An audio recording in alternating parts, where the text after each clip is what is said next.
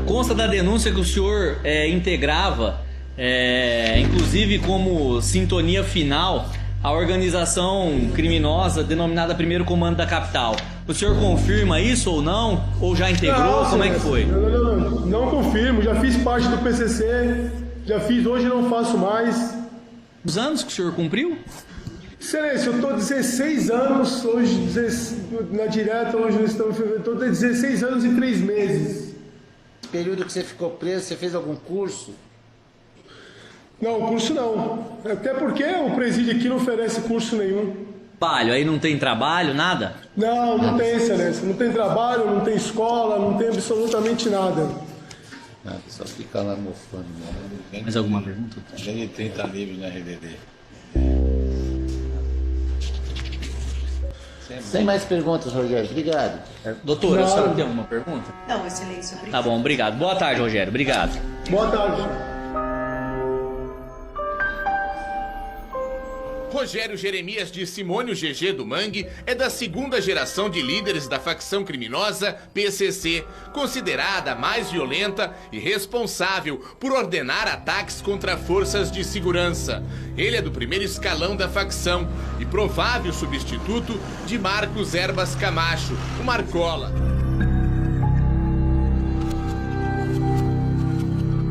GG foi colocado em liberdade no início do mês. Ele estava preso preventivamente em Presidente Venceslau, interior do estado, onde respondia a homicídios. Mas, em janeiro, o Supremo Tribunal Federal ordenou que o réu responda aos crimes em liberdade.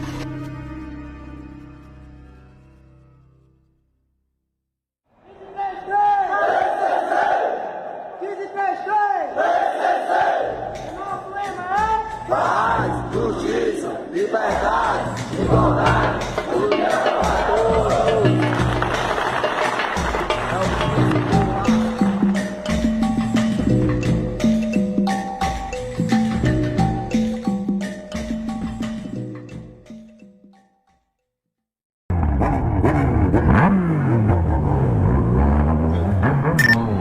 GG nasceu em 1977, na favela do Mangue, na Vila Madalena. Cresceu traficando drogas no bairro Boêmio, até ser preso em 2000 por tráfico e homicídio.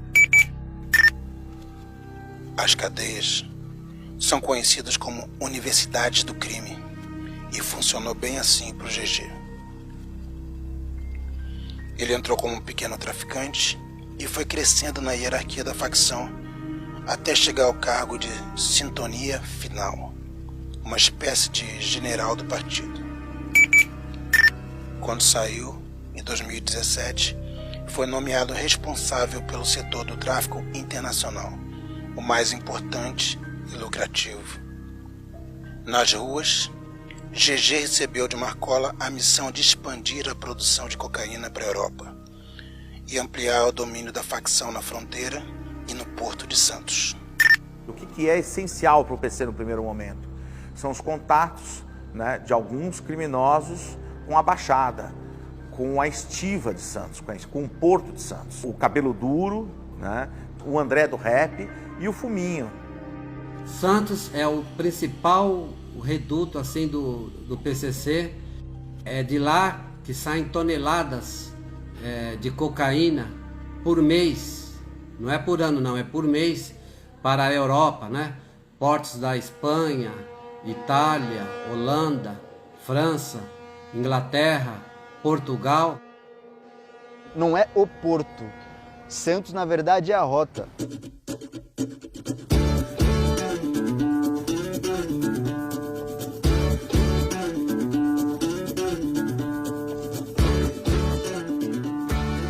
Setores policiais e até da imprensa estão começando a chamar Santos de a Nova Cali, numa referência ao cartel de Cali colombiano, porque tem algumas características assim semelhantes.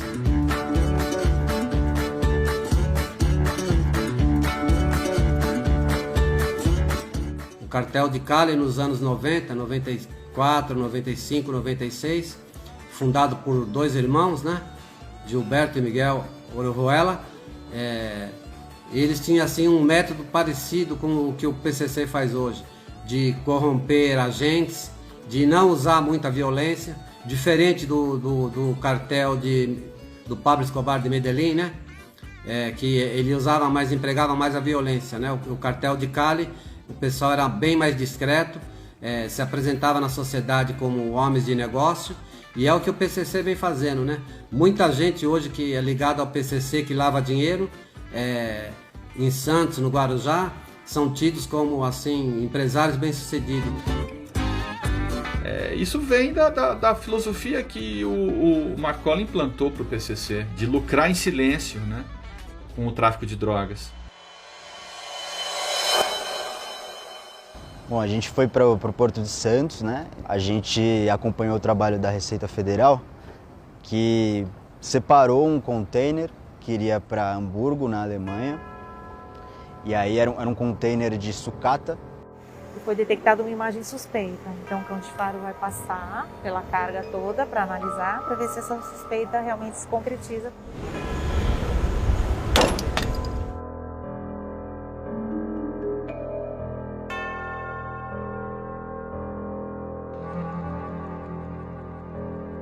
A gente está dentro de um container que ia para Hamburgo, na Alemanha. A Dara sentou em cima dessa parte aqui, dessa sucata de alumínio que ia para a Europa. As servidoras da Receita analisaram aqui melhor e identificaram pasta base de cocaína. A gente vê aqui, ó, que tem essa cordinha. Essa cordinha significa o quê? Provavelmente, na minha opinião, é algo para puxar. Para puxar, para ficar mais fácil. O fardo. Aí você vê que tem uma borracha envolvendo tudo. Aham. Tá vendo? Aham. E aí cortando, a gente vê o plástico aqui, coloca aqui no papel, né, para poder ter uma superfície. E aí vocês jogam Joga um reagente. Vocês jogam reagente. Isso. E aí ficou azul. Isso significa? Que é cocaína.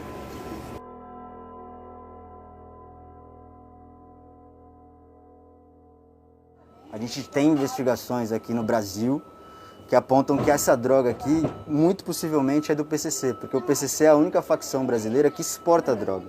O Comando Vermelho, por exemplo, ele importa, mas ele não tem tradição de exportar a droga. O PCC domina a Baixada Santista, isso é de conhecimento público. Então, infere-se que toda essa droga ela é colocada pelas células do PCC que operam aqui na Baixada.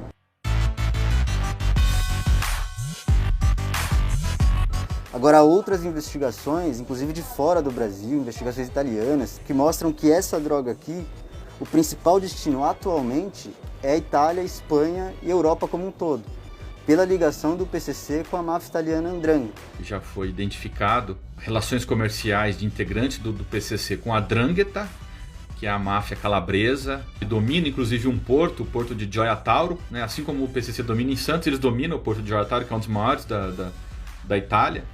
Oltre una tonnellata di cocaina, 1.300 kg in tutto, è stata sequestrata nel porto di Gioia Tauro, in Calabria, in 3 distinte operazioni della Guardia di Finanza in meno di una settimana. Polícias europeias apontam hoje a 'Ndrangheta, a máfia do sul da Itália, como a principal organização criminosa do mundo, a que gera mais lucro e a mais violenta. La droga era nascosta in 3 container carichi di caffè, carne congelata e frutta esotica provenienti dal Brasile. O André do Rap, na Praia Grande, morava no mesmo prédio que Nicola e o Patrick Assis. Nicola e o Patrick Assis, segundo a polícia europeia, eram os correspondentes da máfia italiana 'Ndrangheta no Brasil e na América do Sul. É impossível dizer que não tem a ligação. Você tem a máfia Sarik, né? A máfia sérvia também, né? Que é bem presente também, né? Inclusive, quando teve aquela operação Overcia e outras operações, eles encontraram membros da máfia sérvia morando aqui no Brasil, né? Inclusive comprando apartamentos aqui em São Paulo e investindo parte do dinheiro da droga na construção civil, né? Então essa droga aqui pode estar abastecendo a maior organização criminosa do mundo num negócio com a maior organização criminosa do Brasil, que é o PCC.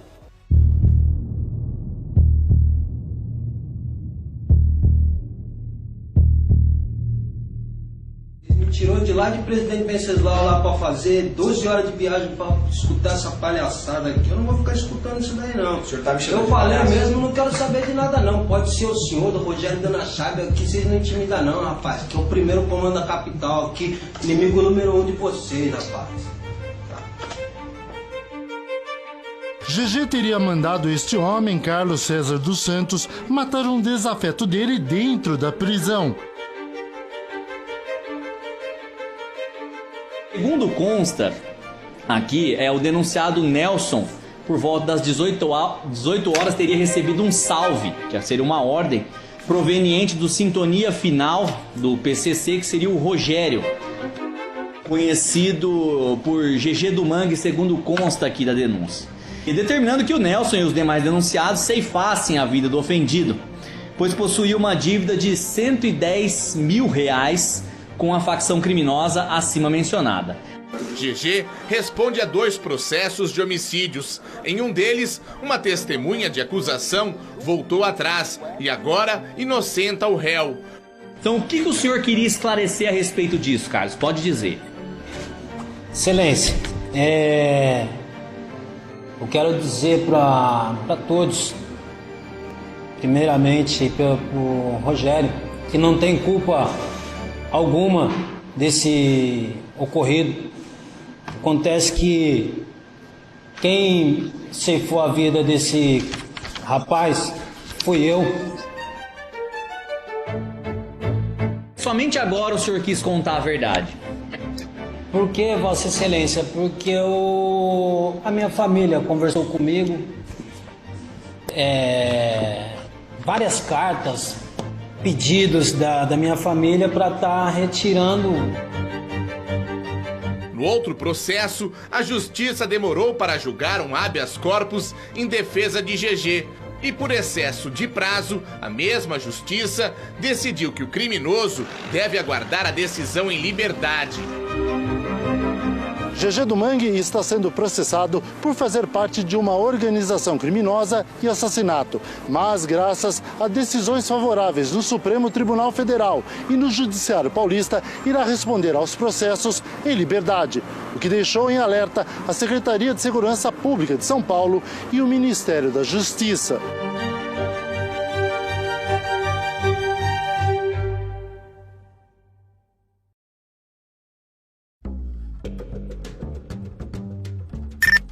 GG saiu da cadeia e foi direto para o setor mais importante da facção, o tráfico internacional. Na fronteira, ele passa a ser os olhos e os ouvidos da cúpula do partido. É ele quem passa a cuidar da contabilidade, ficando com a responsabilidade de não deixar ninguém dar perdido na facção. A quantidade de dinheiro que entra é absurda.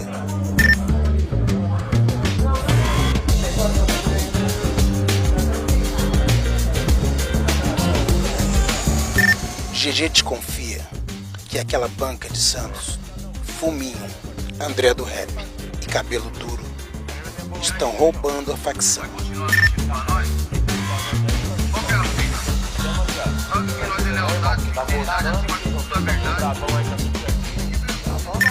E aí acontece um desacerto. André, Fuminho e Cabelo Duro tiveram a sentença de morte decretada. Isso causa um terremoto dentro do sistema prisional de São Paulo. Depois dessa desavença, o PCC nunca mais foi o mesmo. A desconfiança tomou conta da alta cúpula do partido. Mas os negócios não podem parar. A cocaína continuava sendo embarcada todos os dias no Porto de Santos. Na maioria das vezes, o que a gente tem encontrado são situações assim, que a droga é colocada aqui no Porto de Santos. Muitas vezes ela chega por outros meios, né, em caminhões de soja, caminhões de açúcar, que vêm da região do Mato Grosso, das fronteiras com Bolívia e Paraguai, por exemplo. e a droga é armazenada aqui por algum tempo e depois, quando surge a oportunidade ou o interesse em enviar a droga para determinado destino, normalmente na Europa, essa droga é introduzida nos contêineres aqui. Se a gente for nos bares, né, das cidades portuárias, né, você vai ter ali agentes do PCC, tipo prostitutas e garçons, que aliciam marinheiros ou funcionários dessas empresas que fazem a carga no Porto de Santos. Normalmente o PCC tinha até gente falando a língua que se fala nas Filipinas, né? O PCC alicia esses marinheiros ao mesmo tempo que alicia alguns funcionários tanto dos portos como funcionários dessas empresas que fazem a carga, né? O PCC, que é a maior organização criminosa da América do Sul hoje, suplantou inclusive os cartéis colombianos, porque na Colômbia, de uns 10 anos para cá, mudou a característica, né, das organizações criminosas colombianas. Elas passaram a ter uma atuação discreta e em número pequeno de agentes, né, de integrantes. Enfim, a gente não tem mais os grandes cartéis como os dos anos 90 e 80. Elvis Seco, delegado de Polícia Federal, coordenador geral nacional de repressão a drogas, armas e facções criminosas da Polícia Federal. Tem algo que não funcionou até hoje, é a guerra às drogas. O jeito que o Brasil sempre lidou com a segurança pública fortaleceu o PCC, né? E quanto mais se lota os presídios, mais se fortalece as organizações criminosas. Essa política de repressão, de entrar nas comunidades de maneira violenta, querendo reprimir, ou dizendo que entrou para reprimir o tráfico de drogas e para prender esses pequenos traficantes, o que tem tido de saldo é a morte de crianças, de adolescentes, de gente que está em casa e é pego com uma bala perdida.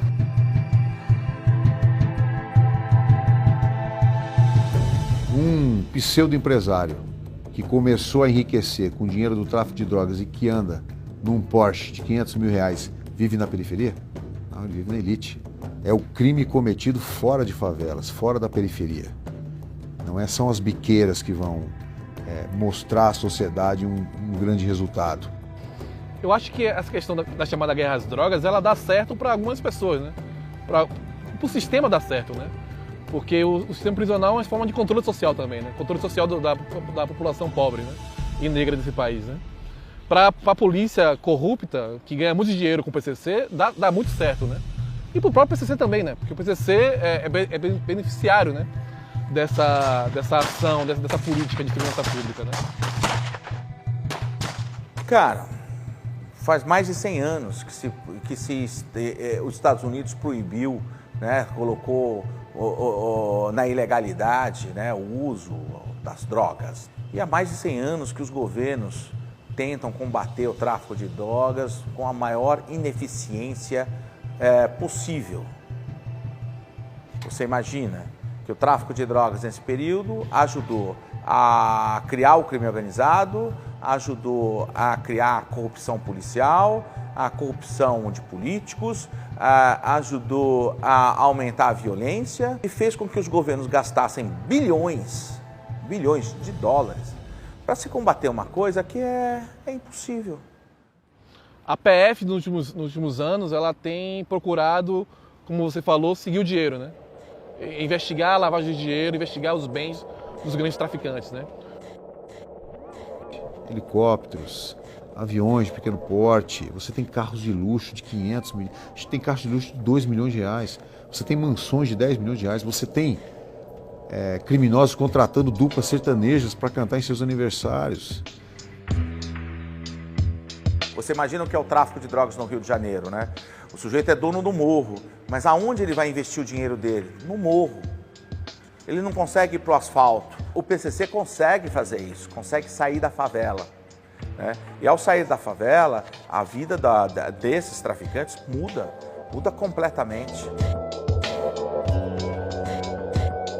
Então, quando nós focamos nisso, aquela teoria de que se você apreender drogas, você está combatendo o tráfico de drogas, exatamente se você apreende cocaína, ela cai por terra.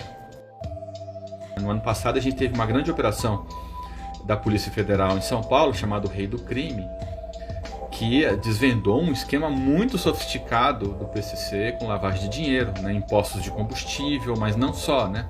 Investimentos imobiliários, com pessoas sem passagem criminal nenhuma, né? Pessoas acima de qualquer suspeita. E é sempre assim. O dinheiro em excesso traz um monte de problema. Com a polícia no pé, o clima, que já estava ruim na cúpula do PCC, azedou de vez. GG comprou uma briga com pesos pesados da facção. E como em toda organização criminosa, alguém ia ter que pagar. Com a vida.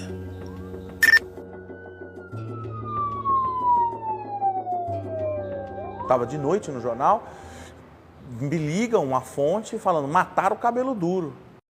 O Cabelo Duro é atraído para uma armadilha aqui no Tatuapé, em frente a um flat, é fuzilado lá. E imediatamente hoje, com essa coisa de WhatsApp, começou a vir uma foto atrás da outra. Existia uma guerra. Você imagina que naquele momento, um braço do PCC, que era o Tomate, que era o braço mais importante e milionário do PCC, havia seus líderes tinham sido jurados de morte pela facção. Só que essas pessoas tinham dinheiro, tinham armas, podiam ir para essa guerra.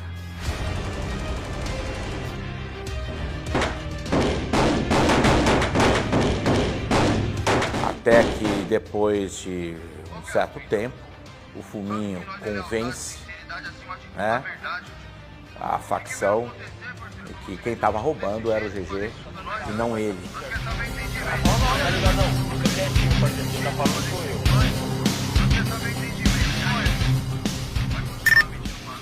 Na guerra de narrativa do crime, no fim das contas, GG saiu derrotado. Acusado de roubar dinheiro do PCC, sua morte foi decretada pela cúpula da facção. Ele foi atraído para uma emboscada no Ceará e assassinado por seus comparsas. No PCC, o poder não deixa vácuo. No dia seguinte, à morte de GG, o setor do tráfico já tinha um novo dono. O nome dele, André